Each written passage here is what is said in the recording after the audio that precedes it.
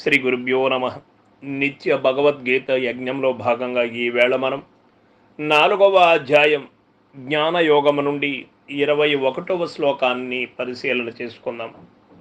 నిరాశీర్యత చిత్తాత్మా త్యక్త సర్వ పరిగ్రహ శారీరం కేవలం కర్మ కుర్వన్నాప్నోతి కిల్బిషం.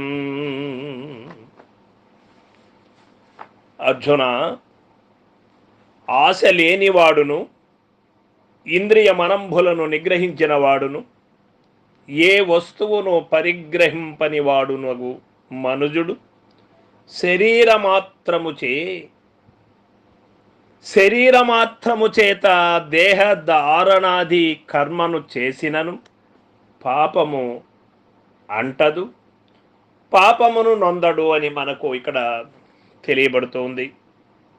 భగవానుడు చెప్తూ ఉన్నాడు ఈ విధంగా, కర్మను చేయవలసిన రీతిగా చేసినచో అది బంధమును గాని పాపమును గాని ఎన్నటికి కలుగజేయదు అని. ఈ శ్లోకమునందు 3 మహత్తర సద్గుణములు వచింపబడినవి. 1 ఆశ లేకుండుట, రెండవది ఇంద్రియ మనంబులు వశమందుండుట, మూడవది ఏ వస్తువును పరిగ్రహింపకుండుట అని. వస్తువులందు మమత్వము లేకుండుట అని మనకు ఇక్కడ తెలియబడుతూ ఉన్నది. ఈ 3 సలక్షణములు గలవాడు కేవలము ఉపాధితో ఎంత కర్మ చేసినప్పటికీ పాపమును పొందనేరడు. యాలయనగా ఆశ లేని వానికి మనస్సు బహిర్ముఖములకు విషయాదుల వైపు పోక అంతర్ముఖమై ఆత్మోన్ముఖమై యుండుట వలన అతడు కర్మలను చేసినను ఫలాభిలాషారహితుడై యుండును. అట్లే ఇంద్రియ మనంబులు స్వాధీనమందు గలవాని చిత్తము కర్మలందు కర్తృత్వ భావం సంగము లేకుండును.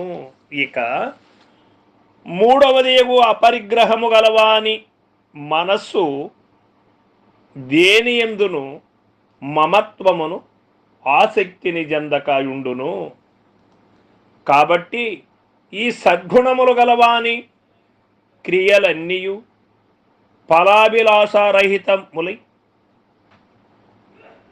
అసక్తములై ఇండుట వలన కర్తకు పాపమేమియు అంటకుండును. ఈ రహస్యమే ఈ శ్లోకమునందు తెలుపబడినది.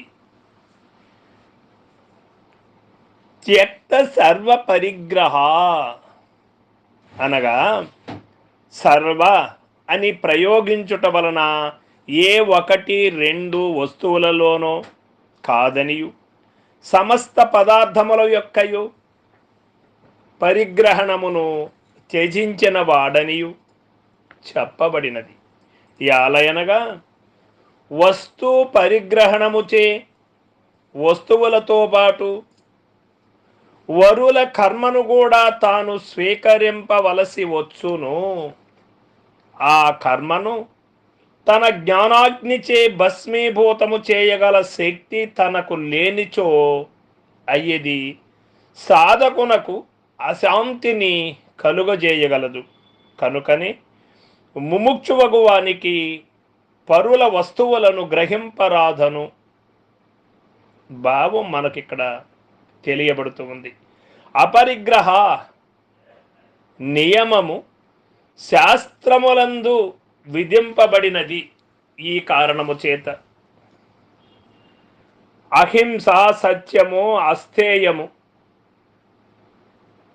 బ్రహ్మచర్యము, అపరిగ్రహము ఇవి అన్నీ కూడా దొంగిలింపకుండుట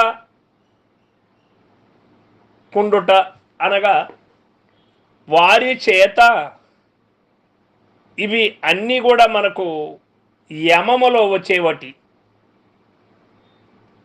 మనకు యమము అనేది తెలుసు బాగా.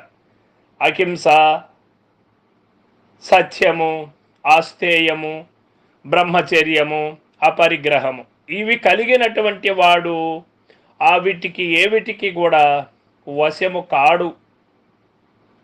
ఎవరు ఏమి ఇస్తాను అనినా చేయి చాసుకొని వెళ్ళడు.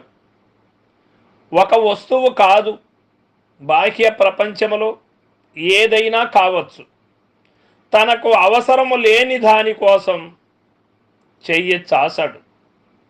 తనకు అవసరమైనది తన వద్దనే ఉన్నది, బాహ్య ప్రపంచంలో ఎక్కడా కూడా లేదు. బాహ్యము నుంచి నీకేమైనా లభ్యమవుతూ ఉన్నది అంటే అది దొంగతనం లాంటిదే కానీ అది నీకు ఉపయోగపడేటువంటిది కాదు. ఎందుచేత?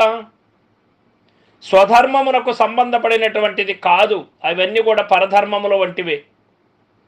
స్వధర్మం అనగా తన యొక్క ఆత్మ నిశ్చయమే స్వధర్మం.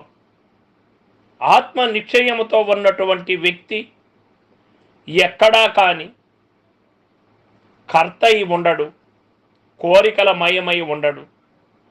ఎప్పుడు సంతుష్టుడై ఆత్మలో చెల్లించుతూ, ఆత్మలో చెరిస్తూ, ఆత్మతో నిశ్చలుడై ఉంటాడు.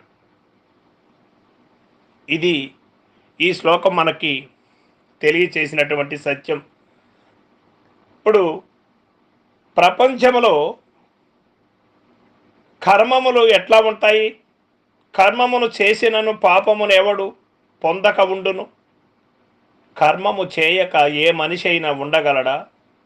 ఎవరైనా కర్మము చేయవలసినదే. మరి ఆ చేసినటువంటి కర్మకు ఫలితము ఎవరైనా అనుభవించవలసినదేనా అంటే కాదు అంటూ ఉన్నాడు ఇక్కడ. ఎందుచేత? కర్మమును చేసే విధానములో నైపుణ్యత కలిగినటువంటి వాడు, కర్మములు చేసేటువంటి విధానములు స్వచ్ఛత కలిగినటువంటి వాడు కర్మబద్ధుడు కాడు. ఆశ లేనివాడు, ఇంద్రియ మనంబులను స్వాధీనపరుచుకొనిన వాడు, వరుల నుండి ఏ వస్తువును పరిగ్రహింపిన వాడు కర్మముకు బద్ధుడు ఎట్లా అవుతాడు? కర్మకు బద్ధుడు కాడు. కావున ఈనాటి కాలములో కూడా మనం చూస్తూ ఉన్నాం, కర్మబద్ధులు కొద్దిమంది ఉన్నారు, కర్మములు చేస్తూ కర్మాతీతులు, నిష్కామ కర్మ యోగులు ఉన్నారు. మనం నిష్కామ కర్మ యోగులుగానే ఉండేటువంటి శక్తిని ఆ జగద్గురు అందరికీ ప్రసాదించాలని కోరుకుంటూ సర్వం సద్గురు పాదార్పణమస్తు. జై గురుదేవ.